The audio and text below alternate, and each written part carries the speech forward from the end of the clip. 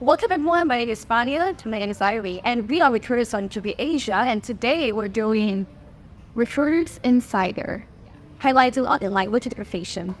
In our job description, we always put requirement fluency in English, Mandarin. So a lot of you have been asking, how do I know if I'm good enough? Like, what if my English and Mandarin Cantonese aren't good enough? So, any thoughts about that?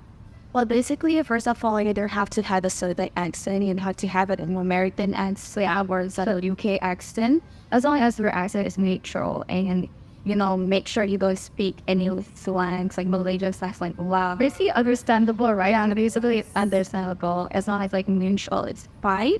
And so proficiency, it's important that you have a very, very good proficiency because you are going to interpret my call. You're going to do it on the spot. You have time to think and you have time to look, translate about anything. But that's why language proficiency is very, very worth it. Yeah, just some people, if they got confused between translation and interpretation. So just to clarify, right, interpretation is mainly listening and verbal speaking. Translating is writing, transcribing, copywriting. That's the one we can actually have time to think. But as you said, interpretation, you actually have to be very fast in interpretation, which will be verified honestly if we're really good. Yes, yeah. Oh, and also we have proficiency tests. So just to make sure we're actually qualified, because we are serving professionals in the industry, we're dealing with healthcare, finance, banking, legal, police. Therefore, just to make sure they're making the standard, we have two tests. So for English, and the other one is Mandarin and Cantonese. The test is called BLBT or NCTS. And the test is a bit quite tough because the CGI is kind of high.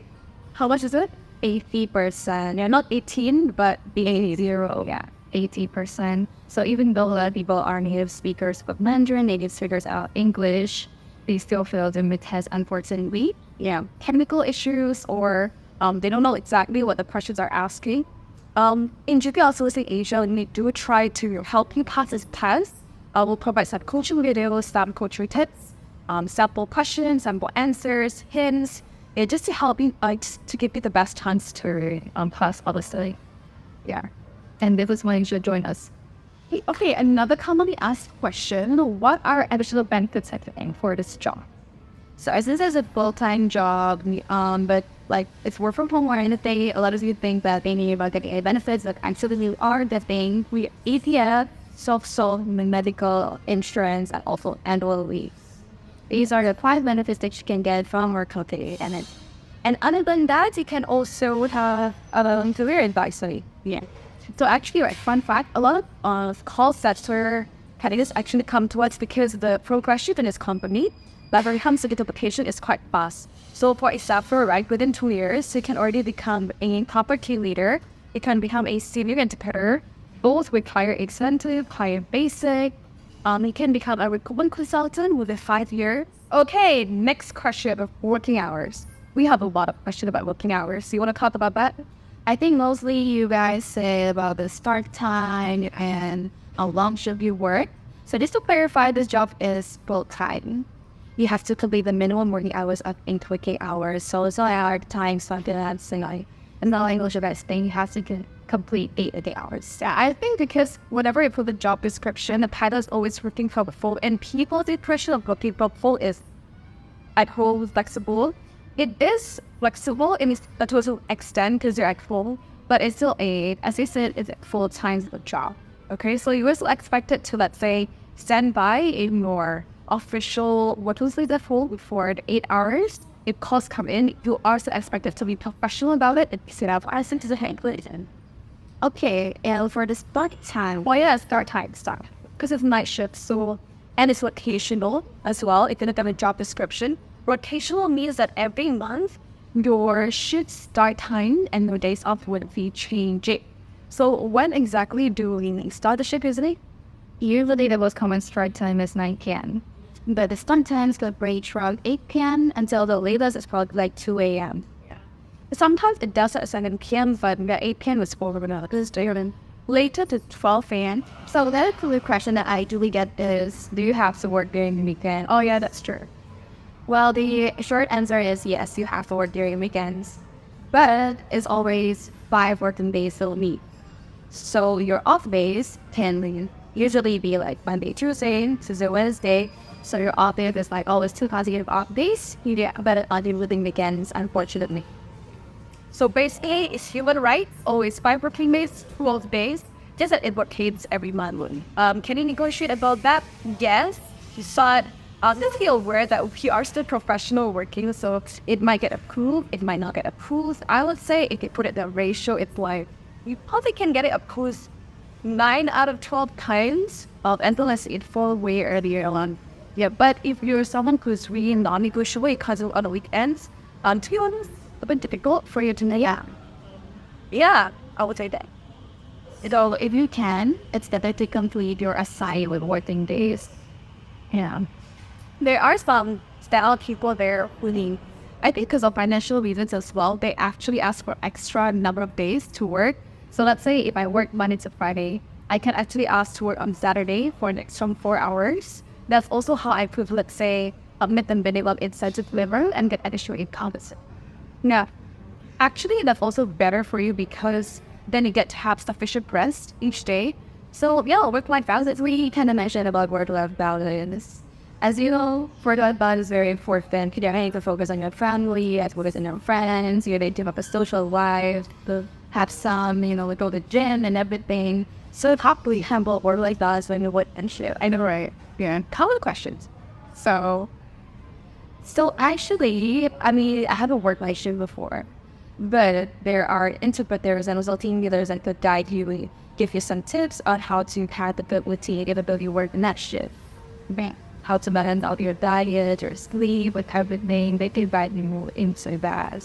So for your information, right, when you become an interpreter, you don't directly get thrown into the operation itself. You usually put you into training for 3 weeks, right? So the first 2 weeks is daylight, third week is night shift.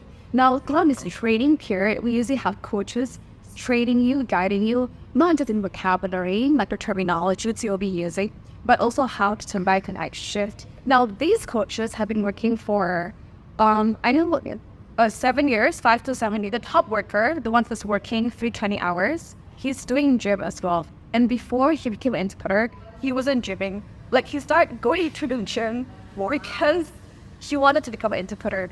So it does require you to manage your life better. One thing that we commonly talk as recruiter is that for language interpreter, the requirement is not only fluency, but actually your maturity, like your willingness to be able to learn and manage your time, control your diet, control your sleep. So what about the salary range? Because they have a very high salary range. It's like $4.8 per month. Like, yeah, sure, which is ridiculous how you want it to be. Okay, so we got this question just one candidate, but even job platforms, like they were asking us, is this actually legitimate? The answer is yes. So how exactly do we calculate the salary and how, like the increments, right? So it's very straightforward in this role. The higher productivity hours you have, the higher salary you get, right? So since we're calculating 30 per hour before it's service, if you work 200 hours, 6,000, 7,000 is a guarantee, not for a role. Other than that, we have the incentive program as well. We'll talk about that. So incentive program is an additional income on top of some, that you can get. And it's counted by your number of productive hours per month. Yeah. So the range is like if you hit 160 hours to that 800 ringgit. I just want to point out as well that one of the incentive level, the 160 hour, it's not like OT. That's just a minimum number of hours, so to get a bonus of 800. So if you want to be super technical, you're actually earning 5.6 per month. Yeah. And reason why it's very high, I think, well, firstly, it's based in the US, just that we're outsourcing, it's from Malaysia. And secondly, it's because it is night shift. So it does, to some extent, it does require more discipline, more hard work, more thought you decision to manage your diet, your exercises. So I think that's pretty fair, the high salary is pretty fair. How much do you get for working on the language interpreter? So the basic salary that you can get is essentially 4,800. Here, where does that come from, though? Okay, you get that because we pay 30 ringgit per hour. And then you work 8 calls. Yeah. So, a lot of the question that comes to me is, how exactly do you calculate? Usually for call center customer service and some interpreter, they calculate by number of calls. But that's actually a disadvantage for you. But for us, we try to make it more stable, especially because we're working with the US. So we're calculating by purely number of hours. So what about hours when you don't have any calls? You still get paid, and that's what you were mentioning, like 30 ringgit per hour. Now, another question related to salary that I usually get is, what about the big range that we put on our job description? So for your information, we usually put it as 4.8 until 9.6. So where does it come from? So you can work overtime actually, which is totally optional. You can work overtime and you may not want to, but that is how you can earn higher salary. Thank you guys for watching this video. Hope you enjoy, and don't forget to give us a thumbs up and also share to your friends. Stay tuned for our next episode, which is coming very, very soon.